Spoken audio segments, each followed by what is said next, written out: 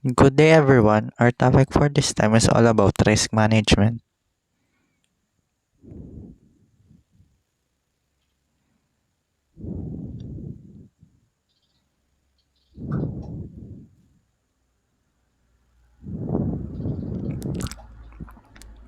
Learning objectives. Identify the common risk associated with the business. Identify the, in- the external and internal factors which affect risk. Identify situations which may cause risk. Identify the common warning signs of risk. Implement, monitor, and evaluate a risk management plan for a business. So, what is risk? Risk is defined as uncertainty concerning the occurrence of loss. Maraming possible loss na maaaring matukoy dito. Maaaring financial, human, environmental, at iba pa na may posibilidad na mangyari. Risk management. Identifying the areas of threat to the business, assessing the potential impacts, and managing the risk identified, growth and continued existence of business. Risks are identified for it to be removed or prevented, or if somehow cannot be prevented, manage it to lessen its potential effects that may affect the company or entity as a whole para maging maayos at walang maging sagabal sa paglago at pag-unlad ng isang business. So, sa risk na maaaring ma-encounter ng isang business, merong tayong internal risk. Internal risks are faced by a company from it within its organization and arise during the normal operations of the company. So, ito yung mga risk na na-encounter lang natin sa loob lang mismo ng company or establishment na ating pinagtatrabahuhan.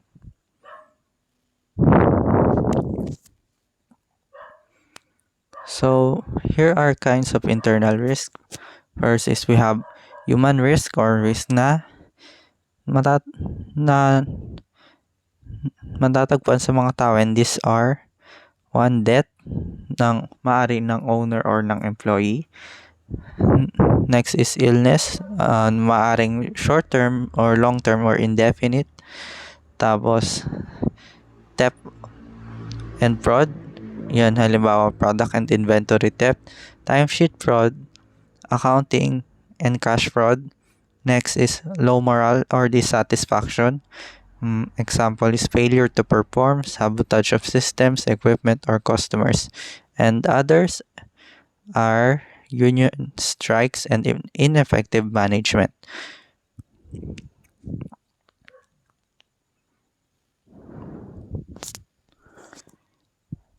So, hindi lang sa tao maaring magkaroon sa mga taong nagtatrabaho sa isang business magkakaroon ng risk. So, pwede rin magkaroon ng risk sa sa mga equipment and information technology risk. So, ito naman yung mga risk na matatagpuan sa equipment and sa IT na ginagamit ng isang business. So, yan, first is, halimbawa is equipment breakdowns or halimbawa new equipment integration, tapos worn older equipment, damage to vehicles. Ito yung mga parang may, halimbawa yung para nasira na yung mga equipment, ganyan. Tapos, another is information technology downtime or sa risk na naman na matatagpuan sa IT. So, halimbawa, lack of backup of recovery system, updates and repairs, power and connectivity, physical damage and outdated systems, and lack of administrative controls. So, medyo mahirap kapag nakaka-encounter ka ng ganitong risk, lalo na these days na napaka-dependent na ng mga business sa paggamit ng technology and equipments, since yun ay mga bagay na nagpapadali na sa nakakatulong na mapadali ang daily operations ng isang business. So, pag na-encounter siya, parang isa napakalaking problema yon.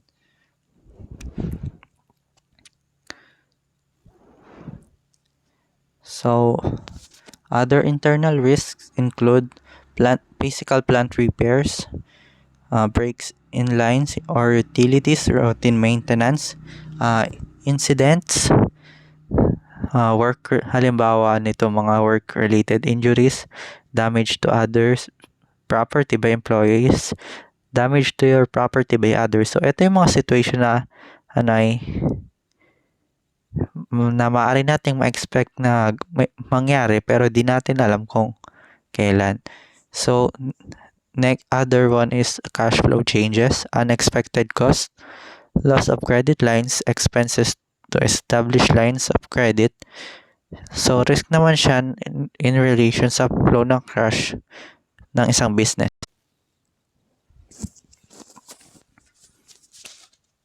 So, isa pang risk na maaari ma-encounter ng isang business ay external risk. So, external risk often include economic events that arise outside the corporate structure. External events that lead to external risk that cannot be controlled by a company or cannot be forecasted with high level of reliability. So, ito yung mga risk na wala na sa control ng isang business pero dapat pa rin pagtuunan ng pansin kasi kagaya ng internal risk, meron din siyang epekto sa operations ng isang company. So, halimbawa ng external risk ay competition and marketplace risks. So, loss of clients or customers, loss of employees, decrease in sales prices or fluctuating markets, increases in vendor costs, oil or gasoline price increases, and fixed cost changes. So, ito yung mga risk na makita natin sa market. So, and aside from that, merong tayong business environment risks. So, halimbawa nito yung loss, weather, natural disasters, and community. So, halimbawa, pag may bagyo, di ba di walang pasok yung mga employees. So, ayun, mapopostpone yung operations ng isang business. Then aside from that, maaari magkaroon ng possibility na ma-damage ang building na kinatatayuan ng business na yun.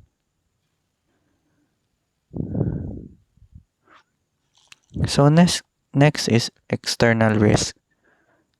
Next na external risk ay personal conflict risk. So halimbawa, ito yung yung kadalasang makikita din siya sa mga employees pero yung mga reason naman is outside the business, sa halimbawa family obligations, yun, illnesses or deaths din pwede, events or of disaster that affect the home, community involvement, complacency. So, itong risk na ito ay madalas mangyari sa mga employees and ito madalas din meron siyang effect dun sa trabaho nila. Halimbawa, pag maraming iniisip yung employee, minsan nalipad yung isip niya, lalo na pag meron siyang mga problems outside the business. So, risk identification. So, yung risk daw ay ma-identify sa pamamagitan ng written business plan. So, pag magawa ka ng business plan, na-identify mga potential risk na maaari mo ma-encounter para magawan mo siya ng plano kung paano ka magre-respond sa problem na in the future. So, outside sources to assess and identifying. So, sometimes kailangan humingi ng external help sa pag-identify ng risk, especially sa may mga expertise. gaya ng mga lawyer, ganyan. Tapos risk of your vendors or supplier. So kailangan din ma-identify yung risk na maidudulot ng mga vendor ni supplier para para halimbawa yung mga deal kadalasan na problem na may encounter dito sa mga vendors or suppliers is delay, which is madalas na malaki ang epekto niya sa operations ng isang business. So para makagawa ng mga contingency plans. So business continuity assessment. So by means nito, ma-assess natin kung paano mapapanatili na patuloy na mag-operate ang business despite of unplanned disruption sa service ng inyong pinagtatrabahuan. So, warning signs. So, ito yung mga situations na maaaring pagmulan ng risk. Excessive debt in relation to owner's equity, total liabilities or owner's equity. So, sa business, kailangan umutang minsan para magkaroon ng enough funds para ma-finance yung mga operations na kinakailangan ng isang business. Pero pag sobra-sobra ng utang, yan, imbis na yung kita natin ay mapunta sa atin, maaari mapunta ito sa pambayad ng utang. Lalo na pag ito ay hindi man mabayaran, so maaari kang maaari magkaroon pa ng maraming problema. So next is reliance on a small number of customers and reliance on one product. So pag magre-rely ka lang sa isang product or sa customers, medyo mahirap yan kasi yan kung hampatne ka na yan lang yung source ng revenue, so ang pagdating ng long term effect niyan is halimbawa in the long term merong mga nagsulputang bagong product, so yung maaring yung kita mo sa product, sa isang product mo lang, tsaka dun sa na mula dun sa small number ng customer na yun is parang mabawasan pa. So ganon din sa reliance on one or a small number of vendors.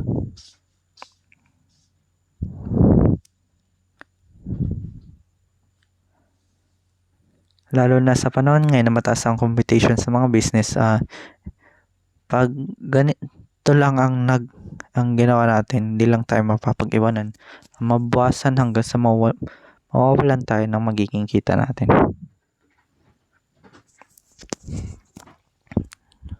Others is cash flow problems, tapos irregularities in accounting, bank or time card records, irregularities in computer system administrative reports. So yan, dyan sa mga irregularities na yan, maaaring yan ang pagmula ng mga ng manipulation of records. Tapos next is high employee turnover rate. So yung employee turnover ay loss of talent in the workforce over time. So higher turnover rate means that many employees ng isang business have quit the organization or over a certain period of time. So syempre pag maraming naalis na employee, maraming pwedeng mangyari. So kailangan aside sa mga employees ay kailangan mag-adjust na naman. So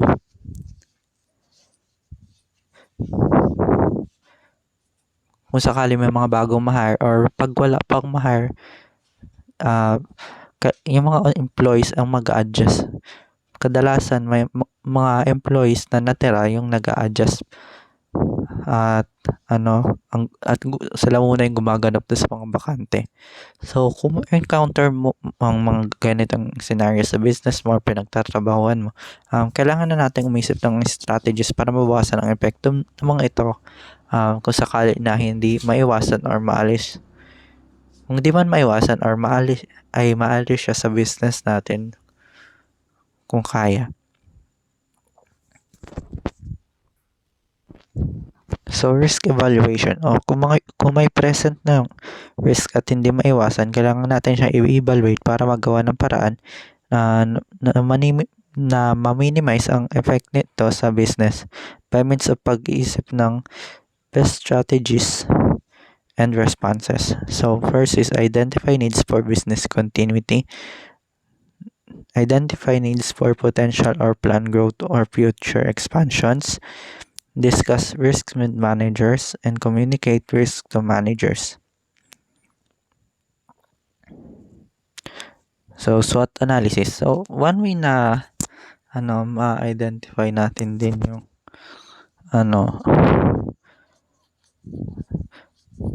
is yung mga risk is by means of SWOT analysis. So, meaning niya is strengths, weaknesses, opportunities, and threats. So, na-encounter na rin natin ito nung senior So, balikan na lang natin. So, by means of SWOT analysis, na-identify natin yung core strengths, weaknesses, opportunities, and threats na nagli-lead sa fact-based na analysis. So, which causes na magkaroon ng fresh perspectives and new ideas yung mga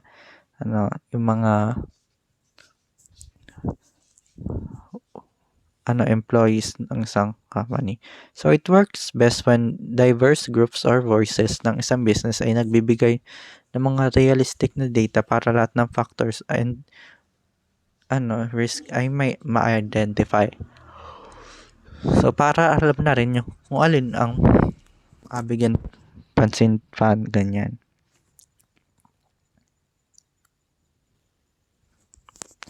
So, risk measurement. So, dito naman mini-measure natin kung gaano kalaki or kaliit yung yung pagiging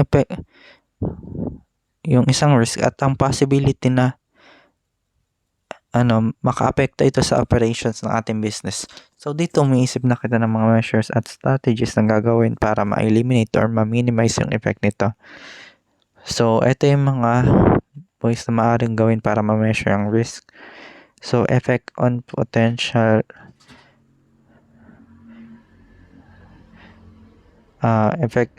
halimbawa, mini-measure yung effect on potential earnings and cash flow, yung impact niya sa business for future growth, yung cost related to the risk should it occur, tapos what could change in your business as a result, tapos weighing cost versus the benefits of the control.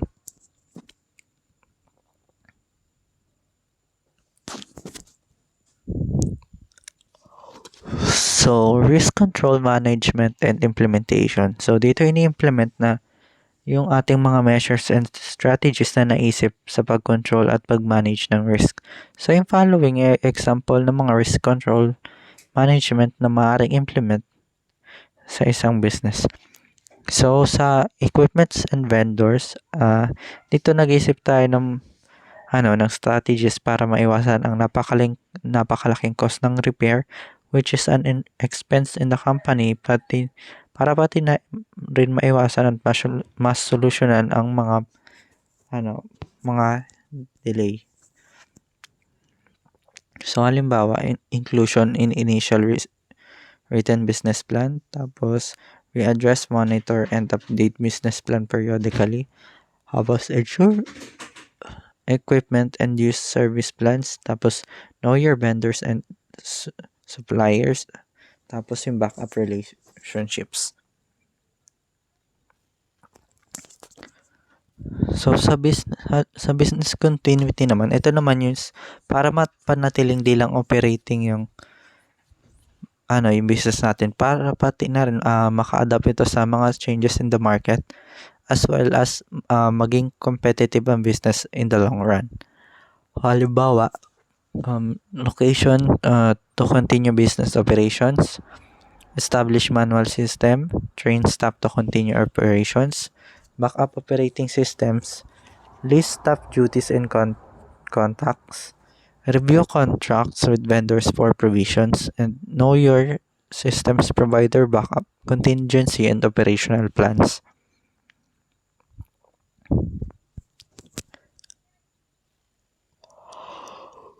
So sa information technology systems naman, kailangan nating umuisip at mag-implement ng mga measures dito sa area na ito para maiwasan ang ma-encounter ang madalas na technical problems at mapanatiling confidential ang mga data at maiwasan na rin ang pag-manipulate ng mga records, lalo na kung may mga personal info na naka-store sa database. So sa halimbawa is, do not share login information, protect system with firewalls, institute level of access, so perform other reports, sample transaction or use trial transactions, and conduct scheduled and surprise audits.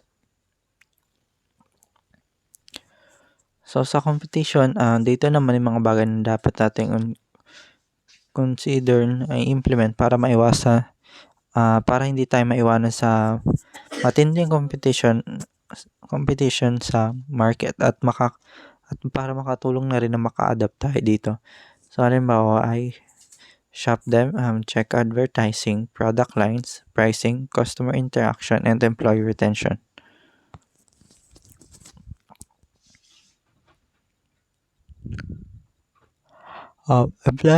Employee management.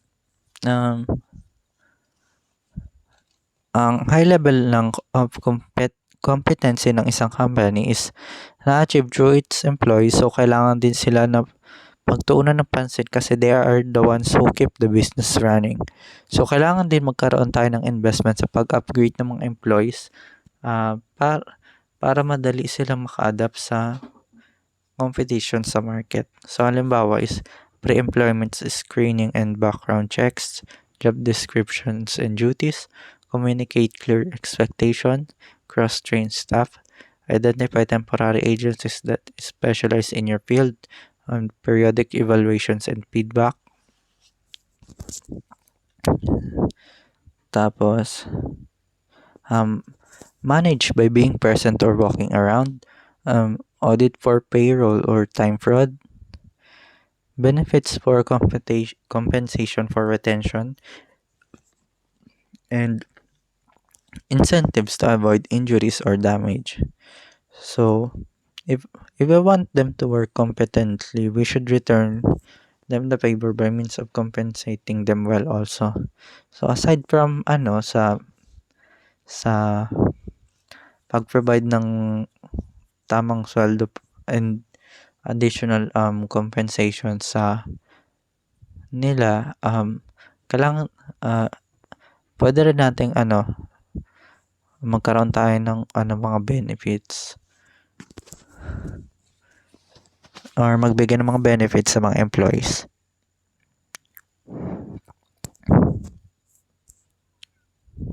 So business work strategy. How can you manage your own risk? So halimbawa nito is set work hours. Yung mga work hours dapat na set natin is halimbawa yung mga 8 to 5 ganyan. Tapos plan work with a balance, set realistic goals, train support staff or an assistant, include in disability or death in business plan, support system, and anticipate family and home needs. So more on control management, ito yung maaari ding gawin ng isang business, communication within organization, routine assessment of physical plant, be alert to changes in the community and laws, awareness of the news in the economy, utilize lines of credit only when needed, insure against damages for weather and disasters, and backup utilities, phones, and generators.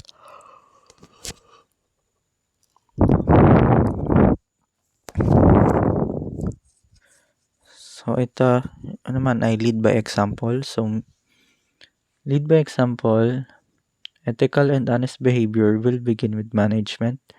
To lead by example means to guide others through your behavior instead of words.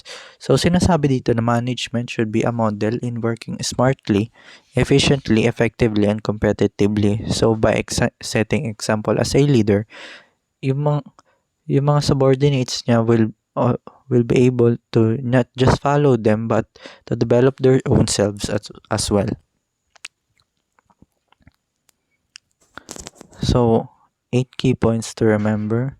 There are internal and external risks associated with the business. Hindi na mawawala yan, ma-encounter natin yan. Tapos, begin assessing the risk by completing a list of those events or sources involved with the business that could impact continued operations and cash flow. So, by means of this, malalaman natin kung saan tayo dapat maging aware at pagtuunan natin ng pansin para maging prepared tayo in case of happening ng mga risks. So, the cost to ensure or minimize risk should be weighed to the potential impact involved. So, we must be smart in allotting cost in just minimizing the risk and its potential impact. So, wag yung masyadong gastos tayo. Pero wag na rin nating atipirin. So, dun tayo sa cost efficient as well as very effective way of minimizing the risks. So, business continuity plans should be a part of your overall business plan. So, strategies to avoid risk can include communication, setting expectations, support systems, training staff, insurance, assessment, and contingency planning.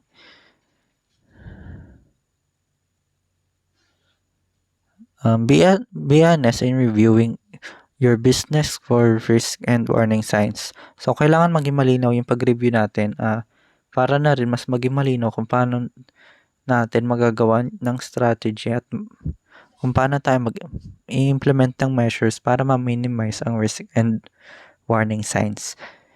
So, seek assistance from others. So, assistance ay kailangan natin especially from the seniors and the ones who had expertise would be helpful since we will be able to know and create strategies as well. And we are all aware naman na yung mga sasabihin nila is based from theories, knowledge, and experiences. So, an exit strategy is important. So, yung exit strategy daw is a contingency plan to dispose an investment in a business venture or financial asset. So, pwede siya mag-include mga strategy ng a strategic default or bankruptcy para maka-exit tayo sa mga failing company na na meron tayong investments. So, that's all for today and thank you for listening.